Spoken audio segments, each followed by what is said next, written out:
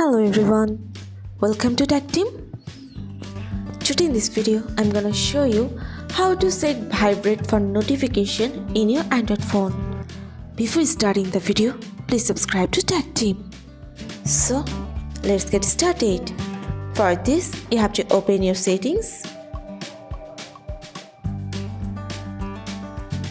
Now scroll down. Here you can see sounds and vibration. Press on this. Now scroll down. Now you can see here Vibrate for notifications. If you want to set your phone Vibrate for notifications, you just have to turn on the button. That's it. So this is how to set Vibrate for notifications in your Android phone. So guys, that's it. You can do this. I think this video is very helpful to you. If it was, then give it a thumbs up and hit the subscribe button. And thanks for watching.